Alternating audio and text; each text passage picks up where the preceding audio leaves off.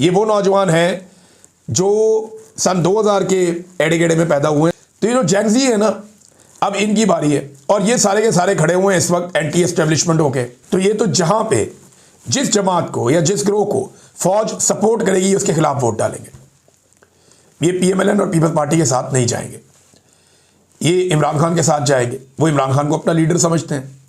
और ये जेन ज़ी है, इसने नाक में दम किया हुआ है।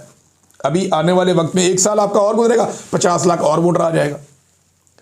अभी 2-4 साल आप गुजरने दें, जेन अल्फा तैयार हो रही है।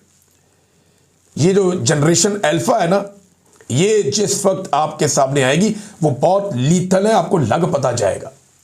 हमारे बच्चों को बड़ा होने दीजिए, वो आपको बताएंगे कि लड़ाई लड़ते कैसे और बयानियां बनाते कैसे हैं। वो आपकी सियासत लपेट के आपको वापस दे देगी और सबका किबला दुरुस्त कर देगी। ये जेन ज़ी और जेन अल्फा, इनके हाथ में जब चीज़ें आएंगी ना, तो फिर फैसला साज फैसले नहीं कर पाएंगे। फिर ये आपसे मनवा लेंगे जो इन्होंने मनवाना होगा। ये मैं अच्छी तरह जानता हूं और मैं ये देख भी रहा हूं। मैंने बच्चों के तेवर देखे हैं। आज प्राइमरी स्कूल के अंदर जाके आप आवाज़ लगाएं, आपको पता चलेगा कि प्राइमरी स्कूल के बच्चे आज कहां खड़े हैं। नाज़रीन, IMF से कर्जा लेने वाले ममालिक की फहरिस्त में पाकिस्तान 4थे नंबर पर आ गया दुनिया में। यानी वो ममालिक जो IMF से बहुत बड़े बड़े कर्जे ले चुके हैं, उनमें पाकिस्तान 4थे नंबर पर है। जबकि भारत दुनिया की सबसे बड़ी मईशतों की जो फहरिस्त है उसमें 4थे नंबर पे आ गया। आप देखें ना, एक ही साथ आज़ाद हुए दोनों मुल्क। पाकिस्तान के पास वसाइल बहुत ज़्यादा हैं, भारत के पास भी है। तो भारत जो है वो दुनिया की 4थी बड़ी मईशत बन गया और पाकिस्तान जो है वो IMF का 4था सबसे बड़ा मकरूज बन गया। फ़र्क क्या?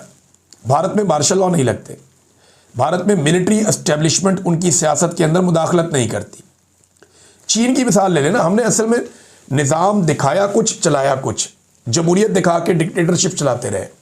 तो दोगला निज़ाम कभी भी नहीं चलता जिसकी ख्वाजा आसिफ तारीफ़ें करते। आपको या डिक्टेटरशिप लानी है तो पूरी डिक्टेटरशिप ला के चलानी है, आपको अगर जमहूरियत लानी है तो पूरी जमहूरियत ला के चलानी है। ये दोगले निज़ाम नहीं चलते होते। पाकिस्तान इसीलिए मार खा गया। आप देखें ना, चाइना के अंदर जो सिस्टम है उसको लोग डिक्टेटरशिप समझते हैं, 1 पार्टी सिस्टम। लेकिन चाइना 1949 में आज़ाद हुआ, उसके 50 करोड़ लोग उस वक्त गरीब थे। 2020 में 70 साल के बाद उनका एक आदमी भी गरीब नहीं था। उन्होंने गुर्बत की लकीर ही मिटा दी कि कोई गरीब बाकी नहीं बचा। सारे गुर्बत की लकीर से ऊपर आ गए। पाकिस्तान बना तो लगभग 1.5-2 करोड़ गरीब थे और इस वक्त पाकिस्तान में आधा पाकिस्तान गरीब है, गुर्बत की लकीर से नीचे।